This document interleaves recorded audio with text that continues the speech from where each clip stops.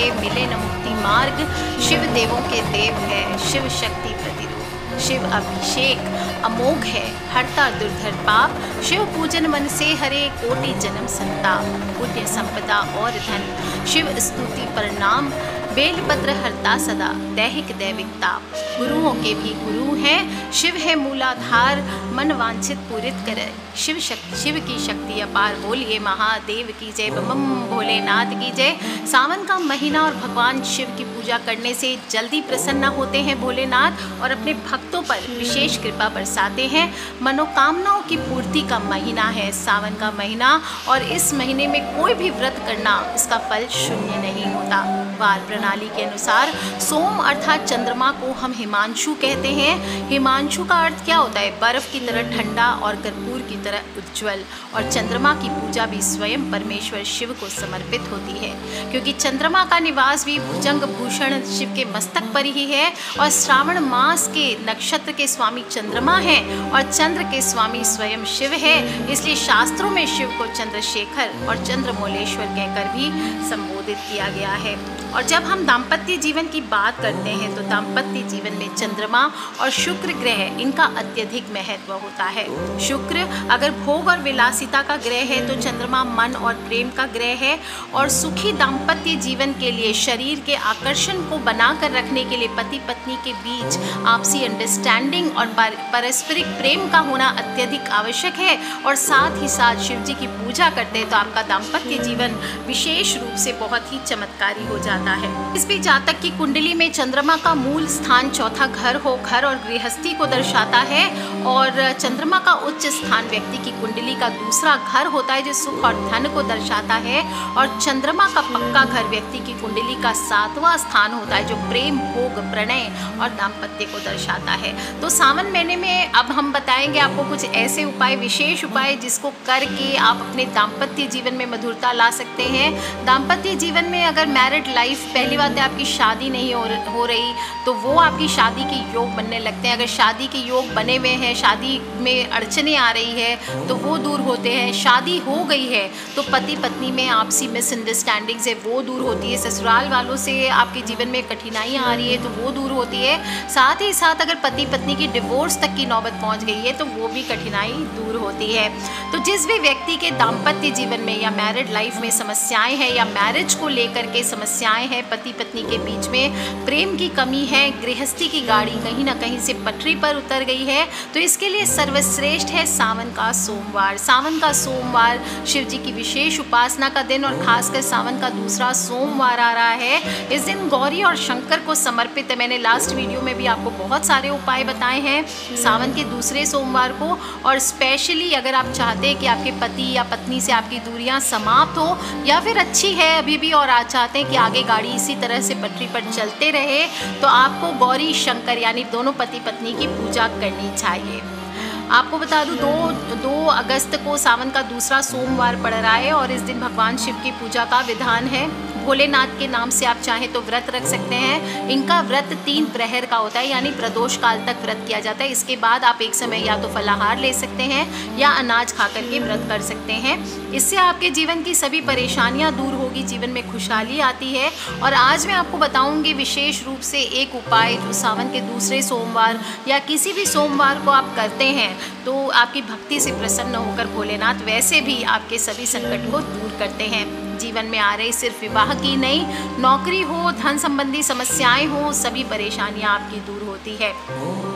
करना क्या है, आपको शाम को प्रदोष काल में ये उपाय करना है। सुबह आप नॉर्मल पूजा चाहें तो शिव जी की, भोलेनाथ की, कहीं भी घर हो, मंदिर हो, कहीं पर भी कीजिए। शाम के समय 5 बजे के आसपास आपको पारद शिवलिंग अगर आपके पास है घर में स्थापित कर रखा है आपने पारद का शिवलिंग, तो आपको घर सिद्धि करके या स्फटिक का शिवलिंग या नर्मदेश्वर शिवलिंग, तो उसके सामने आप बैठ जाइए या फिर आप किसी मंदिर में, शिवालय में जाकर जहाँ वाइट कलर का शिवलिंग हो, सफ़ेद शिवलिंग होना चाहिए, वहाँ पर आप बैठ जाइए।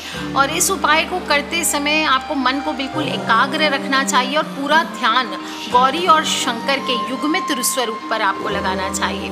मन में ऐसा संकल्प लें कि मैं अपने गृहस्थी, अपने दाम्पत्य सुख, अपने जो भी मैरिड लाइफ है या मैरिज से रिलेटेड प्रॉब्लम है उसकी वृद्धि हेतु उपाय कर रहा हूँ या कर रही हूँ। इस प्रकार से आप ध्यान करें और मन में ध्यान करके खुद को भी शुद्ध करें। हो सके तो सफ़ेद कपड़े पहन करके आपको पूजन करना चाहिए, सफ़ेद आसन का ही प्रयोग करें और सबसे पहले भगवान के सामने भगवान को भी सफ़ेद कपड़े पे किसी पाटिये पर या किसी चौकी पर स्थापित कीजिए। उसके बाद सबसे पहले हाथ धो करके गाय के शुद्ध घी का दीपक प्रज्वलित करें, चंदन का धूप करें, शिवलिंग का अभिषेक करें। शिवलिंग का अभिषेक आप चाहे तो जल से कर सकते हैं, गन्ने के रस से कर सकते हैं, शहद, घी, दही, किसी भी चीज़ से, चीनी, गंगाजल, इनसे आप अभिषेक कीजिए। इस अभिषेक करने के बाद थोड़े से अष्टगंध आपको चढ़ाने चाहिए। अष्टगंध से स्नान करा सकते हैं बाबा को। और स्नान कराने के बाद सबसे पहले आप उनको चंदन का तिलक करें, जनेऊ धारण कराएं और इसके बाद सफ़ेद कनेर के फूल अगर आपके पास हैं तो वो चढ़ाइए। वस्त्र का भाव करके कलावा चढ़ा सकते हैं और शिवलिंग पर आपको चंदन से त्रिपुंड बनाना चाहिए। मंदाकिनी का इत्र अगर मिले, शतावरी मिले तो इससे आपको शिवलिंग का अभिषेक करना चाहिए। और अगर आपके पास गाय का दूध में आप चाहें तो देसी शक्कर जो होता है, मिश्री के दाने, वो मिला करके भी अभिषेक कर सकते हैं। और लास्ट वीडियो में मैंने बताया था आपको खीर का उपाय करना चाहिए। तो कुछ लोग प्रश्न कर रहे थे कि मैम चावल का खीर उपवास में कैसे खा सकते हैं। तो बिल्कुल प्रदोष काल में जो लोग अन्न ग्रहण करते हैं वो लोग खा सकते हैं, और नहीं तो आप साबूदाने की खीर बनाइए, ये भी अच्छा होता है। साबूदाने की खीर बनाने के लिए साबूदाने को पहले 2 घंटा भिगो लें, इसके बाद ही खीर बनाएं आप। और ओम नमः शिवाय का या किसी भी मंत्र का, महामृत्युंजय मंत्र का या शिव गायत्री मंत्र का आप 108 बार जप करें। ओम त्र्यंबकम यजामहे सुगंधिम पुष्टिवर्धनम उर्वारुकमिव बंधनान् मृत्योर्मुक्षीमामृतात्, इसका जप करिए। या सिंपल आप सिर्फ ओम नमः शिवाय, ओम नमः शिवाय, ओम नमः शिवाय इसका जप करते रहिए। आप अगर अपनी इच्छाओं को पूर्ण करना चाहते हैं तो आपको 21 बेलपत्र से भी इस दिन उपाय करना चाहिए। 21 बेलपत्र कटे फटे नहीं होने चाहिए, धुले हुए होने चाहिए। याद रखें बेलपत्र बासी नहीं होता, तो इसलिए अगर पहले से शिवलिंग पर चढ़ाए गए बेलपत्र हैं तो आप उनको फिर से लेके धो के पहुँच करके आप अच्छे से फिर उस पर ओम नमः शिवाय लिखिए और फिर से आप पवित्र शिवलिंग पर उसको चढ़ा सकते हैं। इससे भी आपकी सभी मनोकामनाएं पूर्ण होती है। और अगर बेलपत्र नहीं है आपके पास तो आप चांदी का बेलपत्र भी सिद्धि करके अपने पास घर पे रखिए, तिजोरी में रख के रखिए, और जब भी श्रावण में आए तो रोज़ उसको आप शिवलिंग पर अभिषेक करके या सोमवार चढ़ाना चाहिए। दोस्तों अब आपको बता दूं, अगर आपके जीवन में बहुत सारी कठिनाइयां आ रही है, आप चाह करके भी हारते चले जा रहे हैं, धन की समस्याएं हैं, आर्थिक समस्याएं हैं, बहुत तरह की परेशानियां हैं, तो एक ऐसी चीज़ चढ़ानी है आपको शिवलिंग पर जो अक्सर हम शायद मिस कर जाते हैं। जल से चढ़ा दिया, सब चढ़ा दिया, फूल फल चढ़ा दिया, लेकिन इत्र चढ़ाना हम भूल जाते हैं। आपको बता दूँ, भोलेनाथ को क्या, किसी भी देवी देवता को इत्र सर्वाधिक प्रिय होता है। इत्र एक ऐसी सुगंधित चीज़ जिसका इस्तेमाल प्राचीन काल से होता है और जिसके इस्तेमाल के कई धार्मिक, मनोवैज्ञानिक और सामाजिक महत्व भी है। पूजा में देवी देवताओं को जब हम इत्र चढ़ाते हैं तो कहा जाता है इससे मन पवित्र होता है, शुद्ध होता है, गलत काम करने की दिशा की ओर जो मनुष्य जाता रहता है उससे बचाव होता है। तो इस बार सावन के दूसरे सोमवार अपने हाथ से आपको ये काम करना है। कैसे चढ़ाना है इत्र चढ़ाने के पहले आप हो सके तो थोड़ी सी साबूदाने की खीर बनाइए या फिर थोड़ी सी मिश्री उसकी जगह आप भोग के लिए, या और 2 पत्ती केसर, खीर में भी आप मिश्री और केसर डाल के बनाइए, ये भी अच्छा होता है। और नहीं आपके पास है तो अलग अलग ले लीजिए, दूध, थोड़े से मिश्री आदि। उसको आपको पहले भोलेनाथ को भोग लगाना है और भोग लगाने के बाद एक इत्र की शीशी, देखिए इत्र आपको बहुत अच्छा सुगंधित लेना चाहिए, चंदन का हो या कोई भी मंदाकिनी का इत्र हो, ये आपको चढ़ाना चाहिए। और भी दूसरे इत्र होते हैं लेकिन केवड़े का इत्र आपको नहीं चढ़ाना, इस बात का ध्यान रखें। और प्रदोष काल में इस प्रकार से शाम के समय आपको भोलेनाथ पर इत्र की शीशी चढ़ानी है। और अगर आप शाम को ये उपाय नहीं कर सकते तो आप सुबह भी कर सकते हैं। कैसे चढ़ानी है, पूरी की पूरी बॉटल आपने चढ़ा दी, इसके बाद उसमें से एक फुलेल यानी थोड़ा सा रुई ले लीजिए कॉटन, और इसमें से थोड़ा सा इत्र लेकर के वो एक फुलेल आप बाबा को अर्पित करें। और जो लेडीज़ हैं वो चाहे तो लाल सिंदूर, इत्र की शीशी और थोड़ी सी चने की दाल, थोड़ी सी केसर, ये सभी चीज़ें आपको माता लक्ष्मी को या जो जलधारी होती है शिवलिंग की उसके ऊपर चढ़ाने से उस स्त्री के पति की आयु में वृद्धि होती है। पूजा करने के बाद इसके बाद आप अपने मंत्रों का जप कर लीजिए, जो भी करना चाहते हैं, ओम नमः शिवाय आदि। और उसके बाद उस शीशी में से थोड़ा सा इत्र ले करके आपको अपनी नाभि पे लगाना चाहिए, या जो फुलेल आपने चढ़ाया है शिवलिंग पर थोड़ा सा कॉटन में जो इत्र लगा करके उसको आप प्रसाद के तौर पर लेकर अपनी नाभि में रख सकते हैं। और इसके बाद रोजाना आपको इसी इत्र में से, ये जो शीशी है इसी में से थोड़ा सा लगा करके अपने काम काज के स्थल पर जाना है, अपने रोजगार के स्थल पर जाना है, कोई संबंध देखने जा रहे हैं तो वो आप वहाँ पे लगा के जा सकते हैं। कोई भी कार्य में आप जा रहे हैं तो इस इत्र को आपको यूज़ करके जाना चाहिए। आप देखेंगे अपने आप आपके जीवन में वृद्धि होने लगेगी, चमत्कारी बदलाव होने लगेंगे, अच्छी पॉजिटिव चीज़ें आपके आसपास आने लगेगी और साथ ही साथ लोग आपके वश में भी होने लगेंगे। यानी कि सीधे साधे शब्दों में कहें तो वशीकरण भी होता है इससे लोगों का। आप चाहें तो अगर ये इत्र नहीं लगाना चाहते हैं तो किसी व्यक्ति को दान भी कर सकते हैं, या अपने बेडरूम में भी आप इसकी शीशी खोल के रख दीजिए, ये भी बहुत अच्छा होता है। अच्छा, जो खीर आपने बनाई थी साबूदाने की, वो अपने पति और घर के जो भी सदस्य हैं या अपनी पत्नी और जो घर के बाकी सदस्य हैं सभी को प्रसाद के तौर पर आपको खाने देना चाहिए। इसके आपके संबंधों में मजबूती आती है और पति पत्नी विशेष रूप से अगर इस उपाय को करते हैं तो उनके संबंधों के तनाव खत्म होते हैं। अगर ऐसे भी दाम्पत्य जीवन में दिक्कतें चल रही है तो सावन के महीने में पति पत्नी को एक साथ मिलकर भगवान शिव का पंचामृत से अभिषेक करना चाहिए। आप देखेंगे अपने आप जितनी मिसअंडरस्टैंडिंग्स हैं, आपसी समस्याएं हैं, धीरे धीरे समाप्त हो जाती है। साथ ही साथ शुक्र ग्रह की शुभता के लिए यानी लग्जरीज की प्राप्ति के लिए, शुक्र को जगाने के लिए आचरण की शुद्धि अत्यंत आवश्यक है।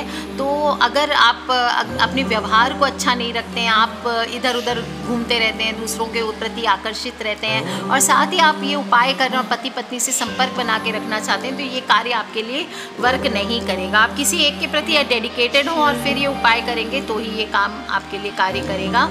और इसमें भी आपको परफ्यूम या इत्र का प्रयोग ज़रूर करना चाहिए। माता पार्वती को आप चाहें तो, जो लड़कियां हैं शादी विवाह चाहती हैं, नहीं हो रही है, काफ़ी बड़े हो गई है, उम्र सेटल्ड हो गए हैं, उसके बाद भी विवाह नहीं हो रहा है, तो आपको इस बार सावन के दूसरे सोमवार को या आप किसी भी सोमवार को ये उपाय कर सकते हैं। माता पार्वती को आप कोई भी 16 श्रृंगार की चीज़ें जितनी आप इकट्ठी कर सके वो, और साथ ही साथ इत्र की एक बॉटल आपको ज़रूर चढ़ानी चाहिए।